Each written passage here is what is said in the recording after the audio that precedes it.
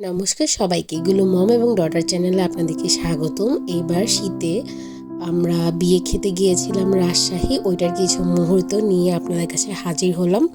আমরা গাড়ি থেকে নেমে সবাই বিয়ে বাড়িতে চলে যাচ্ছি। আশেপাশের পরিবেশটা খুবই সুন্দর ছিল, তাই কিছুটা ভিডিও করে নিলাম।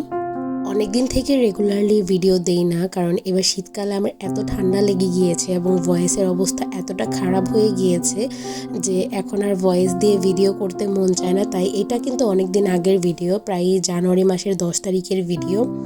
এখানে এই যে আমি মাসিকে সাজিয়ে নিলাম, নিজে ফার্স্ট টাইম এক্সপিরিয়েন্স করেছি। এর আগে কখনো বউ সাজাইনি, মানে এমনি বাড়িতে কাকিদের, মা, তারপর বোনদেরকে সাজিয়েছি, কিন্তু বউ সাজাইনি। কেমন হয়েছে আপনারা জানাবেন। এই ভিডিওগুলো তো আগে ছেড়েছিলাম, নিশ্চয়ই আপনারা দেখেছেন।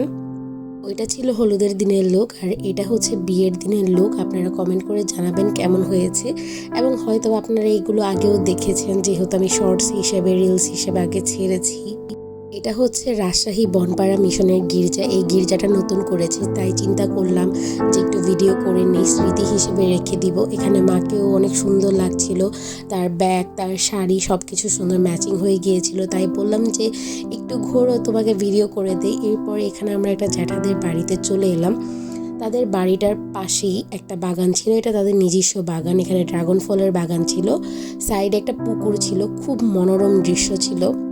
এর পাশেই ছিল বড়ই বাগান। জীবনে প্রথম আমি নিজের চোখে বড়ই গাছ এবং এরকম বড়ই বাগান দেখেছি। হ্যাঁ, আমাদের এলাকায়ও বড়ই গাছ আছে, কিন্তু এরকম না।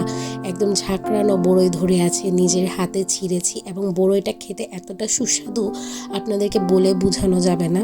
অনেক মিষ্টি ছিল এবং দেখে পুরো মন ভরে যাচ্ছিল যে সবগুলো গাছ পুরো বড়ই দিয়ে পরিপূর্ণ। উপর দিয়ে নেট লাগানো হচ্ছিল, কারণ পাখিরা এসে এই ফলগুলো খেয়ে ফেলে। এর পাশে আর একটা ড্রাগন বাগান ছিল, ওইখান থেকেও ঘুরে এলাম। মানে তাদের দুইটা ড্রাগন বাগান, একটা হচ্ছে গিয়ে পুকুরের সাইডে, আরেকটা হচ্ছে গিয়ে বড়ই বাগানের পাশে। আমি আবার হচ্ছে একটু গাছপ্রেমিক মানুষ, তো তাই যেখানেই হচ্ছে একটু গাছপালা দেখি ওইখানে একটু ভিডিও করে নিই। এরপর আমরা ভ্যানে করে চলে গেলাম বিয়ে যেখানে খেতে এসেছি ওইখানে। এখানে এসে নেমে দেখি সরিষা ক্ষেত। সরিষা ক্ষেত দেখে তো আমরা সবাই পাগল হয়ে গিয়েছি যে আমরা ছবি তুলবো। আর এই ক্ষেতটা এত সুন্দর লাগছিল, আপনাদের জন্য একটা ভিডিও করে নিলাম, এই আর কি। আজ এই পর্যন্তই। আপনারা সবাই ভালো থাকবেন। আপনাদের জন্য এখন থেকে ট্রাই করব কন্টিনিউয়াস ভিডিও দেওয়ার। আপনারা আমাকে সাপোর্ট করবেন, লাইক, কমেন্ট, শেয়ার করবেন। Bye bye.